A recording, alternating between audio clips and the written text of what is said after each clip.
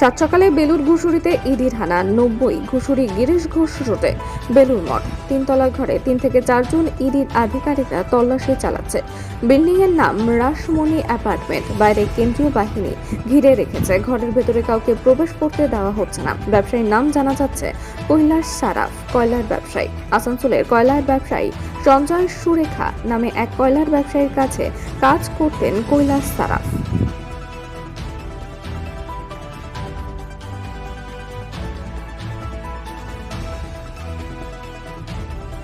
Word আপনার wife এখানকার councillor, তো হঠাৎ করে আপনার ওয়ার্ডে এরকম একজন মানুষ যার বাড়িতে রিডির রেট চলছে।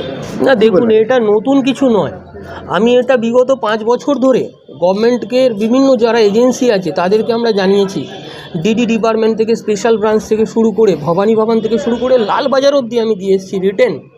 অ্যাজ এ কাউন্সিলর লেটার প্যাডে মেনশন করা আছে প্রত্যেকের নাম, প্লেস, কারা কারা এই বিজনেসগুলোর সঙ্গে যুক্ত স্পেসিফিকভাবে। কিন্তু তারা যদি ইনিশিয়েটিভ না নেয় তাহলে সেন্ট্রাল এজেন্সি তো ঢুকবেই। আর সেন্ট্রাল এজেন্সিকে তো আমাদের পৌঁছানোর ক্ষমতা নেই, কারণ আমরা খুব ক্ষুদ্র, মানে একদম সীমিত, কারণ আমরা এই স্টেট গভর্নমেন্টের সঙ্গে যুক্ত কাজ করি। মানুষের প্রতিনিধি হিসেবে আমার ওয়াইফ যেহেতু কাউন্সিলর এখানকার, তো তার দায়িত্ব যে স্টেট গভর্নমেন্টের যে এজেন্সিগুলোকে লিখিত আকারে দেওয়া, সেগুলো আমরা দিয়েছি, জানিয়েছি। এখানে বিভিন্ন রকম, মানে আপনার এই যে ট্যাবের টাকা চুরি হচ্ছে, এই ট্যাবের টাকা এখানে কল সেন্টার চলে। আমরা দীর্ঘদিন জানিয়েছি এখানে কল সেন্টার থেকে শুরু করে একাধিক কল সেন্টার, খালি শুধু স্টেট গভর্নমেন্টের টাকা চুরি হচ্ছে না, সেন্ট্রাল গভর্নমেন্টের টাকাও ক্রপ করে নিয়ে চলে আসা হচ্ছে কম্পিউটার ডেস্কটপের মাধ্যমে। এবং আমরা জানি যেটা আর একটা বিরাট বড় চক্রান্ত চলছে, যেটা মানে চক্র চলছে, এটা সবাই জানে, আপনারা হয়তো জানবেন মিডিয়ার মাধ্যমে, সবাই জানেন যে এখানে ক্রিকেটের জুয়া চলে। ডালমিয়া বলে একটি সংস্থা, ওরা বহুত বড় জায়গায় চলে গেছে, কোন পুরো হাওড়ার বড় বুকটি আছে। বলতে কোন ক্রিকেট যেটা আপনার IPL হয়, ইন্টারন্যাশনাল ক্রিকেট হয়, স্টেট যে ক্রিকেটগুলো হয়, সবেতেই ওরা এই জুয়াটা চলে, বেটিং। এবং তার সাথে সাথে এই যে মানে এই যে বলা হচ্ছে যে প্লাস্টিক, মানে আজকে 7 জায়গায় রেট হয়েছে, একসাথে 7টা জায়গায় রেট করেছে এই ডিপার্টমেন্ট। তো এগুলো তো একদিনে তো হয়নি, আমাদের স্টেট গভর্নমেন্টের হাতে সময় আছে। এখনও যদি সেগুলোকে রেট করে বের করে নেওয়া হয়, আমার মনে হয় ইডি বা মানে সেন্ট্রাল এজেন্সি ঢুকতে পারবে না। আমাদের স্টেট এই এজেন্সি, এটা সরব বলে একজন আছে, এই 90 গিরিশ ঘোষ রোড। কি সারাফ? RK সারাফ সম্ভবত ওনার নাম। কৈলাস সারাফ। হ্যাঁ, কি করতো জানো? উনি খুব সাধারণ মানুষ, ঘুরে বেড়াতেন, কিন্তু ওনার সম্বন্ধে আমাদের কাছে ইনফরমেশন ছিল। আমরা ওনার সম্বন্ধেও আমরা লিখিত আকারে জমা করেছিলাম যে একটু ইনফরমেশন নেওয়া হোক এবং এনাদেরকে ইনকোয়ারি করা হোক। কারণ এনাদের লাইফস্টাইলটা দেখে বোঝা যায়, যদি কেউ একটা 2 কোটি টাকা 3 কোটি টাকার গাড়ি নিয়ে ওপেন ঘুরছে, তো সেখানে লাইফস্টাইল দেখে বোঝা যায় যে ইনি কোথা থেকে এত টাকা আসছে।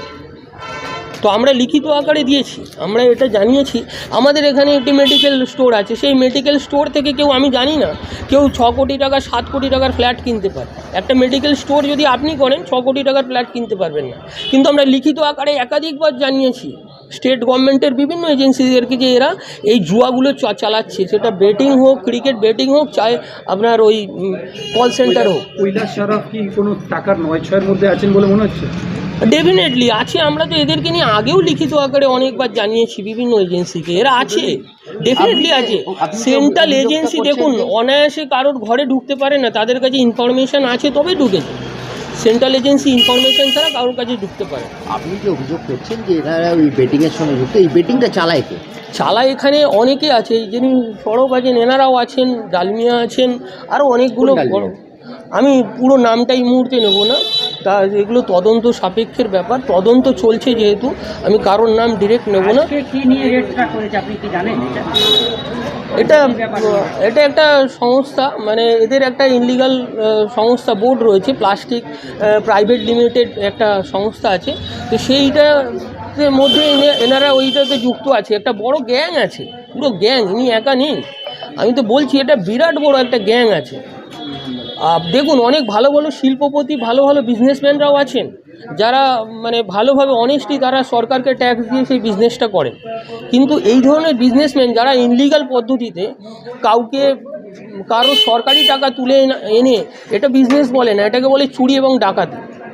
এটা ডিজিটাল ডাকাতি বলে। ডিজিটাল মানে আমরা যেটা দেখি অ্যানালগ সিস্টেমে ঘরে গিয়ে ছুরি বা বন্দুক ঠেকিয়ে ডাকাতি করা, ওটা একরকম। আর এটা একটু এডুকেটেড ডাকাতি, মানে শিক্ষিত ছেলেমেয়েরা যারা একটু পড়াশোনা শিখেছে, ইংলিশ একটু ভালো স্পিক করতে পারে, ক্লাস 10-12 পাস করার পর তারা ডাইরেক্ট গিয়ে কম্পিউটার থেকে ওই ডাকাতিটা করছে, আপনার অ্যাকাউন্ট থেকে আমার অ্যাকাউন্ট থেকে টাকা টেনে নিচ্ছে, সরকারি অ্যাকাউন্টেও টাকা টেনে নেওয়া হচ্ছে। আমার নাম দিবাকর চক্রবর্তী। এইটা তো আমরা শখ আছি, সকালবেলা উঠে দেখছি পুরো মিলিটারি ফোর্স আছে, 4টে অফিসার গেছে উপরে। গিয়ে আমি উপরে গিয়ে জিজ্ঞেস করলাম কি আপনারা কেন এসছে, তো বলছে আমরা ইডি অফিসার, আমরা রেড করতে এসেছি। তারপরে আমার নম্বর নিল। কার বাড়িতে ঢুকেছে? এটা সারাফজি বাড়িতে, কৈলাসচাঁদ সারাফ। উনি কি করেন? উনি জব করে, চাকরি করে। চাকরি করেন? শোনা যাচ্ছে উনি নাকি আমরা জানি চাকরি করেন। বেআইনি কয়লার ব্যবসা। এইটাই তো আমরা আজকে জানতে পারলাম। আমরা জানতাম লোহার কারবার করে, কোম্পানিতে স্ক্র্যাপের কাজবার হয়, এটাই জানতাম।